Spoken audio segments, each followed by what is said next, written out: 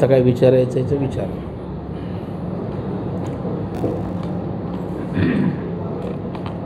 या निवडणुकीच्या निमित्ताने मुस्लिम मतांचा एक लक्षात ठेवा, या निवडणुकीमध्ये आमच्या विरोधकांकडे कुठल्याही प्रकारचा मुद्दा नाही. विकासासंदर्भात 4 कामं केली हे सांगू शकत नाहीत. राष्ट्रहिताच्या दृष्टीनं देशाच्या संदर्भात कुठली भूमिका, कुठलं धोरण आहे का सांगू शकत नाही. 6 वर्ष 6 टर्म खासदार झाल्यानंतर, केंद्रीय मंत्री झाल्यानंतर या रायगड लोकसभेच्या मतदारसंघात काय दिलं हे सांगायला त्या ठिकाणी काहीच नाही. आणि दुसऱ्या बाजूला या ठिकाणी आमचे दळवी असतील, सर्व आमदार असतील, यांनी प्रचंड प्रमाणावर निधी आणून विकासाची कामं सुरू केलेत. त्याचबरोबर तटकरे साहेबांनी अनेक वर्ष पालकमंत्री म्हणून या जिल्ह्याला आपल्या परीनं योगदान दिलं आहे. 5 वर्ष खासदार म्हणून मतदारसंघात सक्रिय राहिलेले आहेत. नाहीतर निवडणूक टू निवडणूक अशा प्रकारे ते उमेदवार नाहीत. त्याचबरोबर पंतप्रधान नरेंद्र मोदींसारखं नेतृत्व ज्याच्याकरिता या निवडणुका देशवासीय गांभीर्याने घेत आहेत ते आमच्याकडे आहे. आणि त्याच्यामुळे विकसित भारताचा अजेंडा आमच्या हातामध्ये आहे. आणि त्यामुळे या कुठल्याच गोष्टी समोरच्या पक्षांकडे नाहीत. आणि त्याच्यामुळं मग ध्रुवीकरणाच्या माध्यमातून आपल्याला काही साधता येतं आहे का असा केविलवाना प्रयत्न आहे. परंतु आपल्या माध्यमातून एक गोष्ट मी सांगू इच्छितो की पंतप्रधान नरेंद्र मोदी साहेबांनी गरिबाच्या कल्याणासाठी काम केलेलं आहे.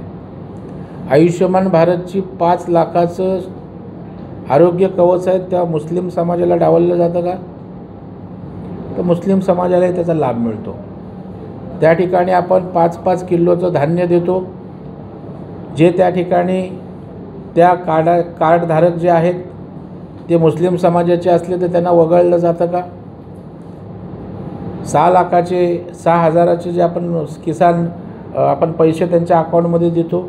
अनेक योजना आहेत, लाभाच्या योजना आहेत. तिथे मुस्लिम वेगळे आणि बाकीचे वेगळे असं त्या ठिकाणी आपण करत नाही. आणि त्याच्यामुळं मुस्लिम समाज म्हणजे सरकारच्या विरोधात, भाजपच्या विरोधात अशा प्रकारचं त्या ठिकाणी ध्रुवीकरण करण्याचा केविलवाना प्रयत्न आहे. कारण त्यांच्या हातात काय नाही आहे. आणि त्याच्यामुळे जातीपातीतली भांडणं, काही गोष्टी भावनिक उभ्या करता येत आहेत का, गद्दार खुद्दार अशा प्रकारच्या गोष्टींच्या पलीकडे हे जाऊ शकत नाहीत. पण मी आपल्याला सांगतो, मुस्लिम समाजाचंही मोठ्या प्रमाणावर मतदान या ठिकाणी तटकरे साहेबांना होईल. याचं कारण तटकरे साहेबांनीसुद्धा राजकारण या जिल्ह्याचं करत असताना अल्पसंख्याक समाजाच्या हिताच्या गोष्टी अनेक केल्यात, अनेक विकासाची कामं केलेली आहेत.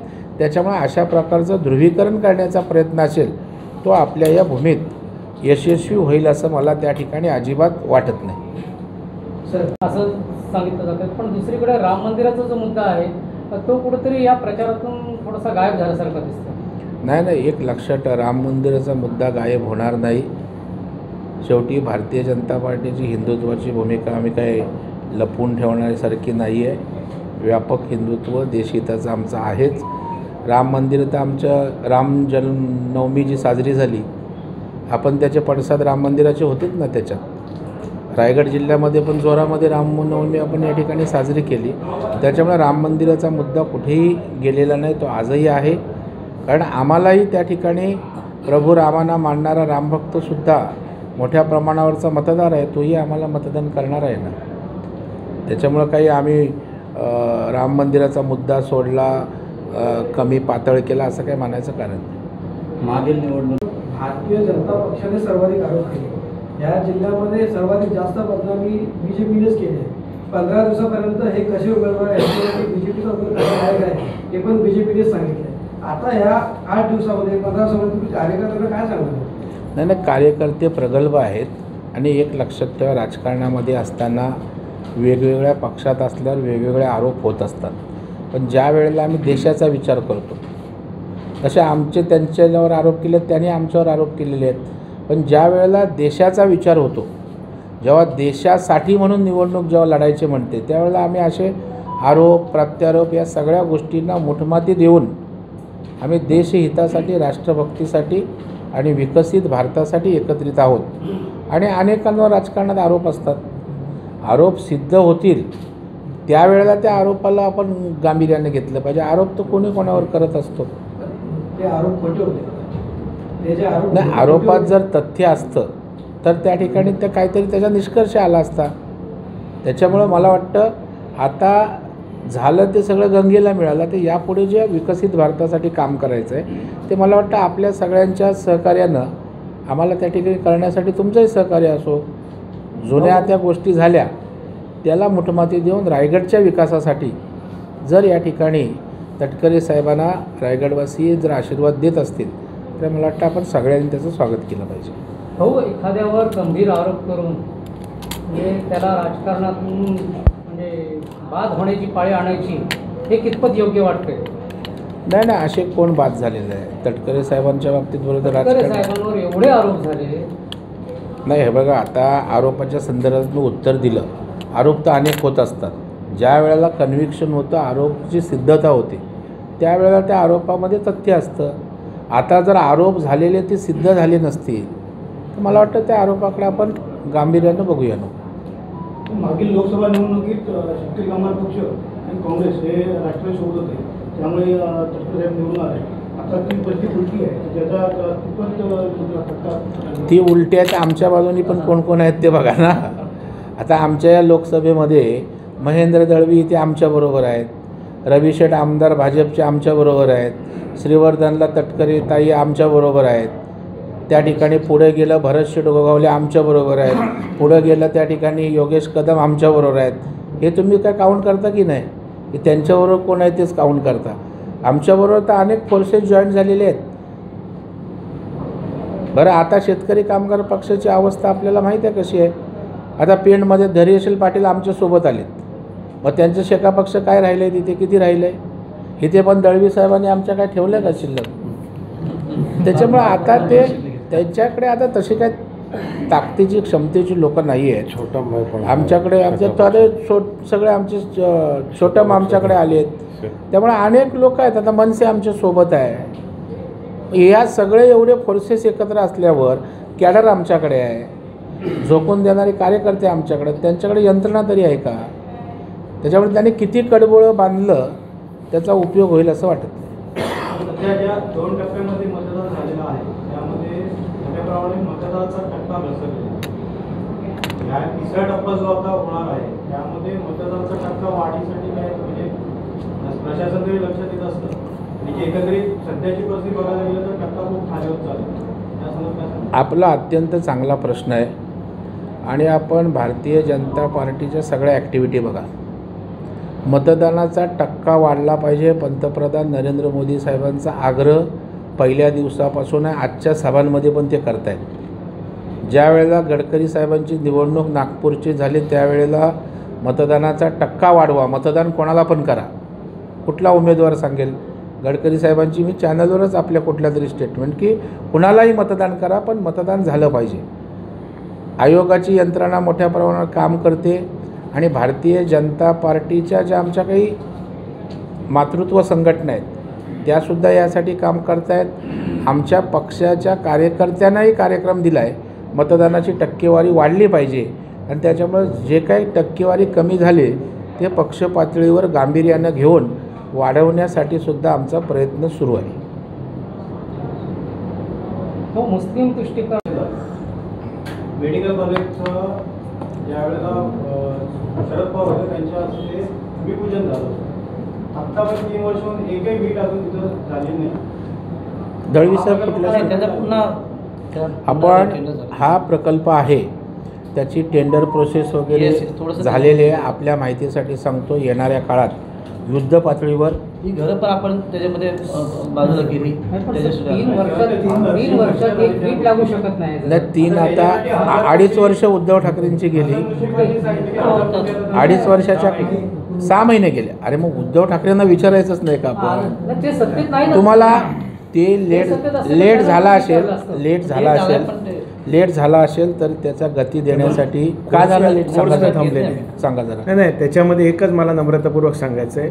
ठीक आहे, इमारतीच्या बांधकामासाठी व्हायला उशीर जागा झाला. उपलब्धता असेल किंवा बाकीच्या वेळेमुळे कॉलेज उशीर सुरू झाला आहे. असेल, पण अभ्यासक्रम थांबलेला नाही. आजही 100 विद्यार्थी दरवर्षी शिक्षण घेत आहेत. तीस त्याच्यामुळे विद्यार्थी आपण पूर्णपणाने बंद आहे किंवा ठप्प असं कृपया करून त्याचा चुकीचा अर्थ परत जाईल.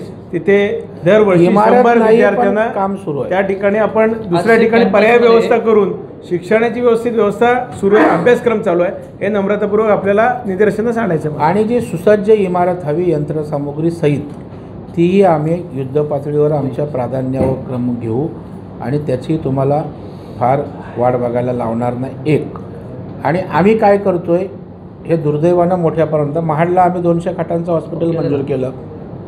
मी त्या ठिकाणी 200 खाटांचं हॉस्पिटल आपण केलं.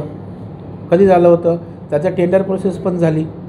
अशा प्रकारे एक एक प्रकल्प करतोय ना आम्ही मोठमोठे. ॲक्विजनसाठी थोडंसं काम डिले झालं होतं. तर त्याच्यामध्ये घरं होती पूर्वीची जुनी, ती आपण हटवण्यासाठी भर पावसामध्ये आपण त्यांचं पुनर्वसन केलं आहे.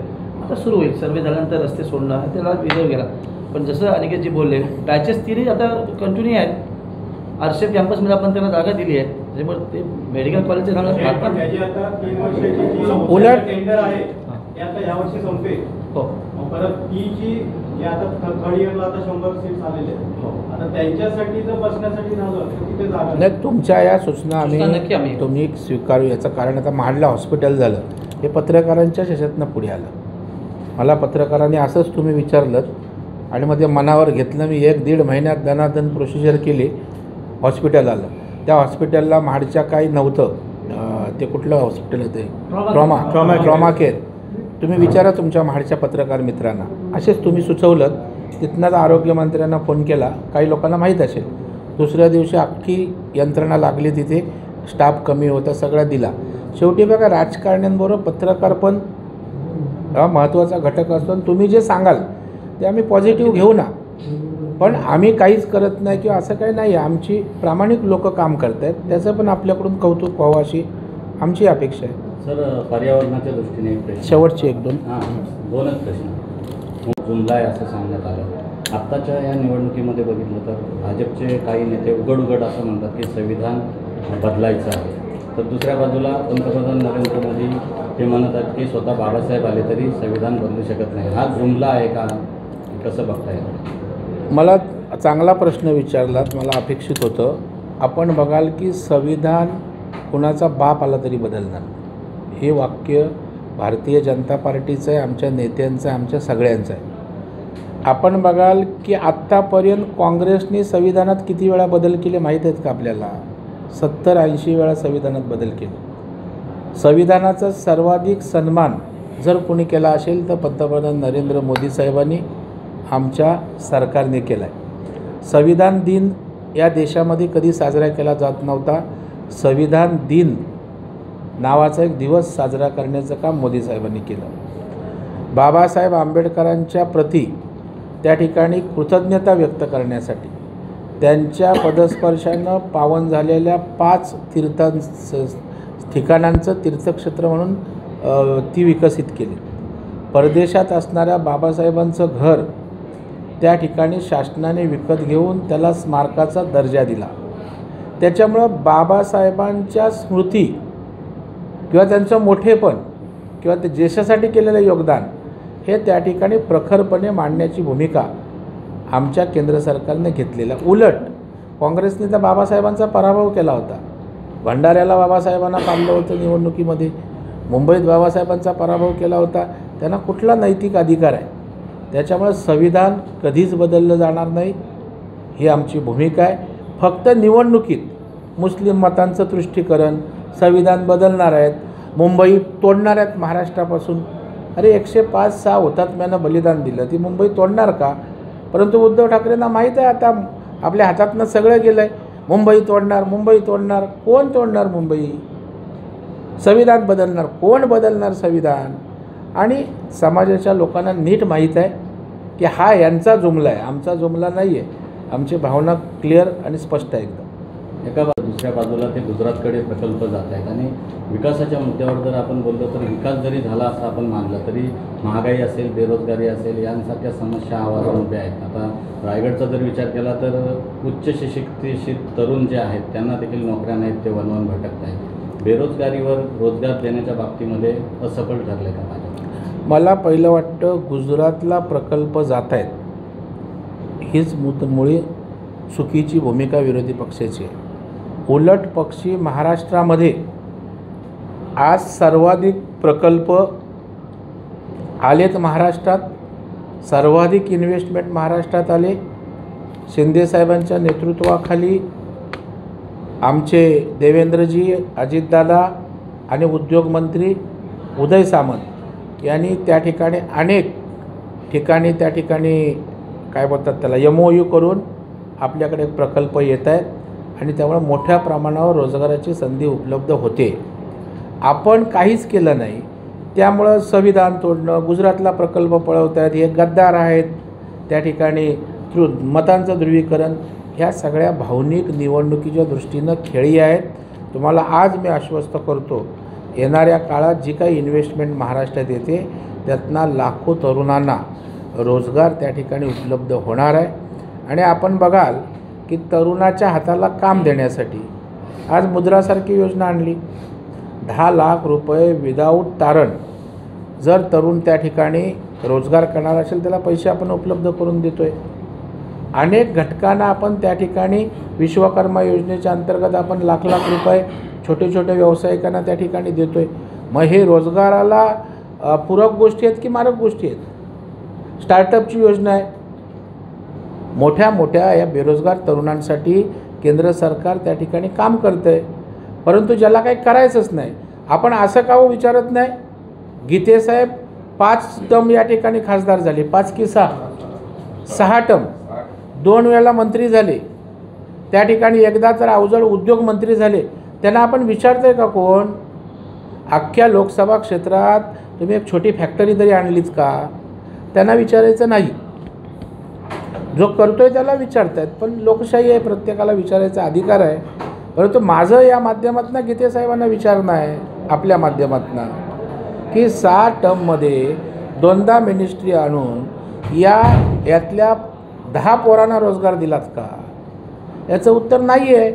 त्याच बाजूला तुम्ही तटकरे साहेबांना विचारा, आमच्या आमदारांना विचारा, त्यांनी काहीतरी केलं आहे ना, रोजगार दिलेत, प्रकल्पासाठी धडपड करत आहेत, विकास निधी आणला आहे, आज इन्फ्रास्ट्रक्चर डेव्हलपमेंट होते, त्याच्यात बेरोजगारांच्या हाताला काम मिळतं आहे. म्हणजे आमची लोकं करत आहेत आणि जे निष्क्रिय आहेत, काहीच करत नाहीत, ते भावनिक वातावरण करून निवडणुका त्या ठिकाणी कशा लढता येतील हा प्रयत्न केला जातो. हा फरक समजून घ्या. सध्या रायगड उन्हात लावलेलं आहे, तर कशा पद्धतीनं आता वृक्ष लागवड निदान पावसाळ्यात तरी होईल का? एक जनरली या संदर्भात वृक्षारोपण होत असतं. जेव्हा जी झाडं तोडतो तेव्हा दुसरी झाडं लावायची अशा प्रकारचा एक कायदा आहे, परंतु त्या कुठल्या स्टेजला आहे मला माहीत नाही. नसेल तर आपण त्याची माहिती घेऊ आणि गतीनं या ठिकाणी पर्यावरण रक्षणासाठी वृक्ष लागवड दुतर्फा कशी होईल हे आम्ही सारे मिळून काळजी घेऊ. मनसे अध्यक्ष राज ठाकरेंनी बिनशर्त पाठिंबा आपल्याला दिलेला आहे. महाराष्ट्रात कशा सभा होतील आणि त्याचा फायदा किती होईल? कार्यकर्त्यांचं आणि इतर महायुतीच्या अन्य पदाधिकाऱ्यांचं मनोमिलन झालं आहे का? काही ठिकाणी तसं दिसत नाही चित्र. आपल्याकडे एक आहे, मनसे सगळे इथे बसलेले आहे आणि निश्चितच राज ठाकरे साहेबांचा आमच्या महायुतीत येण्याचा फायदा आहे. राज ठाकरे साहेबांना मानणारा एक वर्ग आहे, त्यांच्या मागे जनाधार आहे. मुंबई असेल, पुणे असेल, नाशिक असेल, आणि त्यामुळे हे सगळं महायुतीसाठी लाभदायकच होणार आहे. आणि राज ठाकरे साहेबांच्या सभांचंही नियोजन सुरू आहे, त्यामुळे उद्या परवा काही दिवसात त्यांच्या कुठे सभा होतील. कालच देवेंद्र फडणवीस साहेबांनी सांगितलेलं आहे की त्यांच्याही सभांचं नियोजन या ठिकाणी सुरू आहे. पण एक गोष्ट मी आपल्या माध्यमातून राज ठाकरे साहेब आणि या विचाराला धन्यवाद देतो. राजकारणामध्ये बार्गेनिंगवर राजकारण चालत असताना मला काही नको, या देशाचे पंतप्रधान मोदी साहेब झाले पाहिजेत अशा प्रकारे निस्वार्थी भावनेनं समर्थन देणारा एका पक्षाने नेता राज ठाकरे साहेबांच्या माध्यमातून दिसला आहे. हे लोकशाहीसाठी अत्यंत एक आशादायक अशा प्रकारचं चित्र आहे. कुणी ह्या काढण्यातच चालू आहे. सो तुम्ही आपला मुद्दा म्हणताय की विकासाचा विषय होणं आजच्या ह्या रायगडच्या जनतेला विकासाच्या अनुषंगाने एकही उमेदवार, आज 11 उमेदवार या ठिकाणी आहेत, पण उणी काढणारे आरोप प्रत्यारोप ह्याच्यातच सगळं चाललंय. तो विकासाचा जो मुद्दा आहे तो कुठेही येत नाही. आपल्या माहितीसाठी आमच्या भाषणांमध्ये विकासाचा मुद्दा असतो. आता उणी काढतोय, त्यांनी जर आरोप केला तर त्या आरोपाला प्रत्युत्तर द्यावंच लागणार ना, नाही तर जनतेच्या मनात त्यांचे आरोप खरे ठरणार. तेवढ्यापुरतंच रिप्लाय आमचे उमेदवार किंवा आमचे नेते करतायत. आता पेणला देवेंद्रजींची सभा झाली, काढा आपण त्या सभेत उणी किती काढले आणि विकासावर किती बोलले, काढा. आपल्याकडे कॅसेट असेल, आपले मीडियावाले होते, त्यांचं 80% भाषण विकासावर झालं. बरं, आमच्याकडे विकास सांगायला आहे ना, त्यांच्याकडे विकासच सांगायला नाही, त्याच्यामुळे ते असं बोलत आहेत. आमची निवडणूक विकसित भारत या विषयावर आहे. पंतप्रधान नरेंद्र मोदी साहेबांनी देशभराची निवडणूक विकसित भारतासाठी आहे.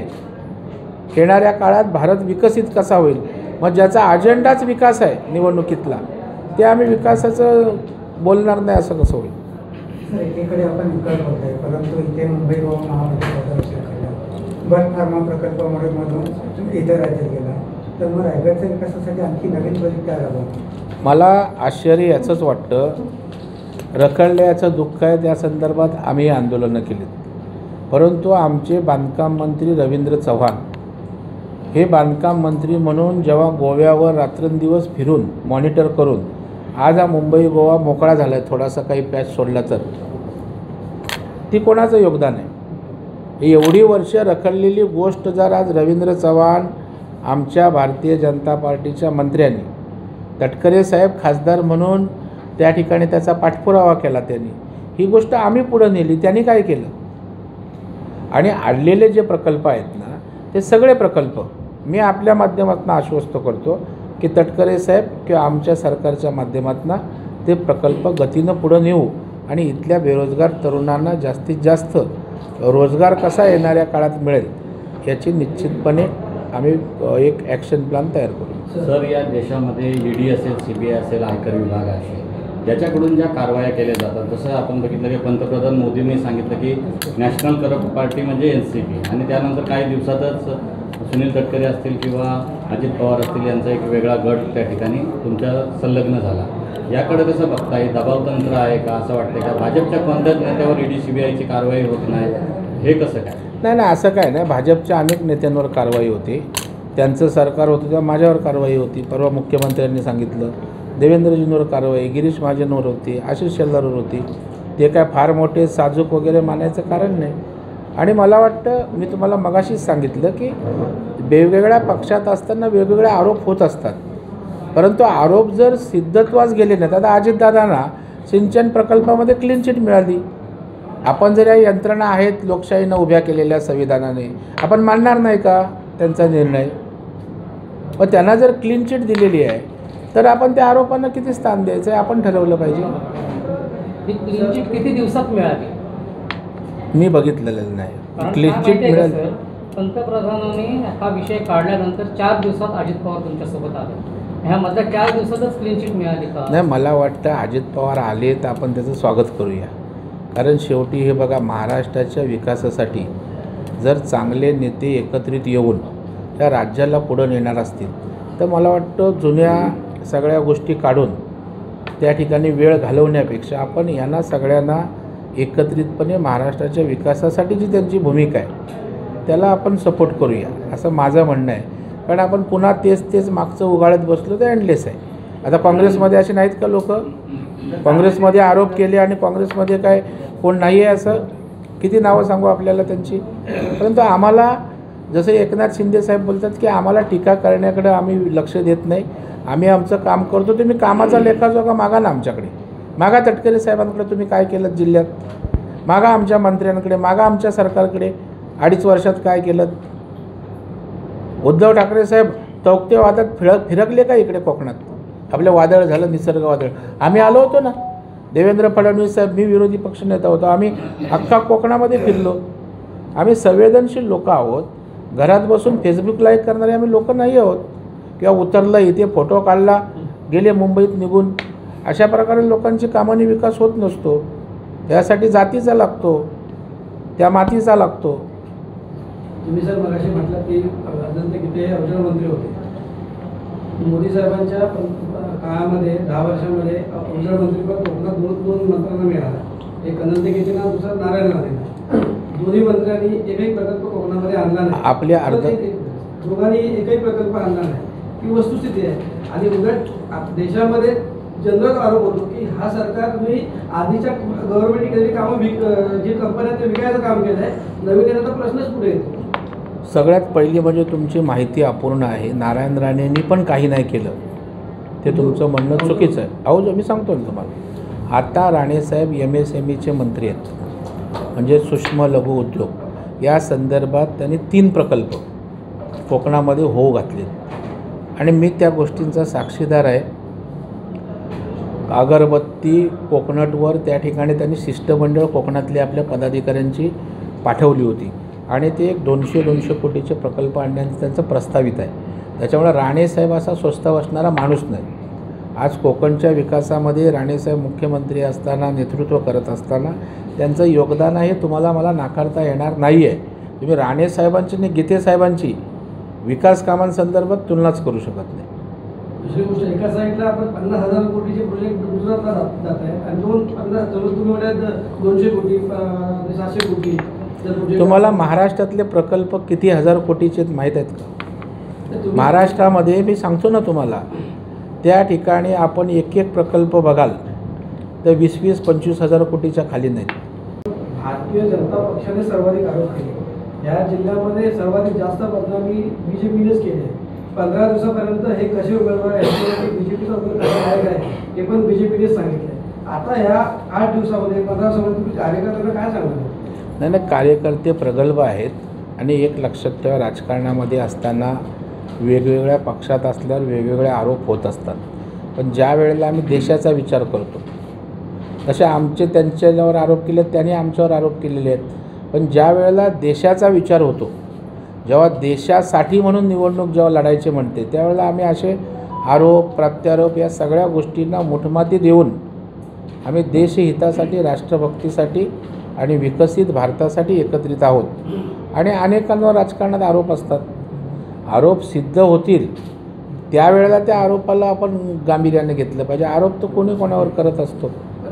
ते आरोप खोटे होते.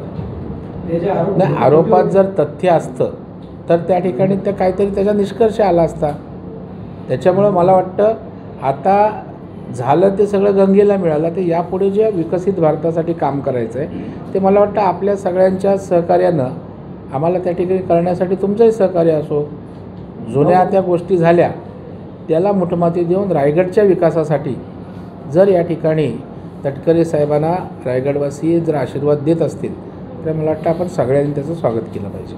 हो, एखाद्यावर गंभीर आरोप करून म्हणजे त्याला राजकारणातून म्हणजे बाद होण्याची पाळी आणायची हे कितपत योग्य वाटतंय?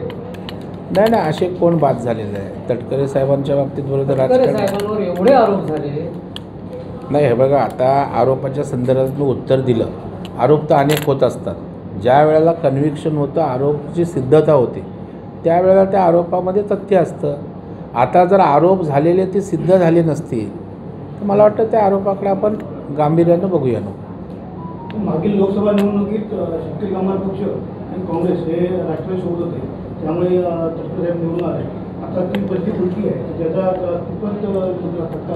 ती उलटी आहे. तर आमच्या बाजूनी पण कोण कोण आहेत ते बघा ना. आता आमच्या या लोकसभेमध्ये महेंद्र दळवी इथे आमच्याबरोबर आहेत, रवी शेठ आमदार भाजपचे आमच्याबरोबर आहेत, श्रीवर्धनला तटकरे ताई आमच्याबरोबर आहेत. त्या ठिकाणी पुढे गेलं भरत शेठ गोगावले आमच्याबरोबर आहेत, पुढं गेलं त्या ठिकाणी योगेश कदम आमच्याबरोबर आहेत. हे तुम्ही काय काउंट करता की नाही? की त्यांच्याबरोबर कोण आहे तेच काउंट करता. आमच्याबरोबर तर अनेक फोर्सेस जॉईन झालेले आहेत. बरं, आता शेतकरी कामगार पक्षाची अवस्था आपल्याला माहीत आहे कशी आहे. आता पेणमध्ये धैर्यशील पाटील आमच्यासोबत आलेत, मग त्यांचं शेका पक्ष काय राहिलं आहे तिथे, किती राहिलं आहे? इथे पण दळवी साहेबांनी आमच्या काय ठेवलं का शिल्लक?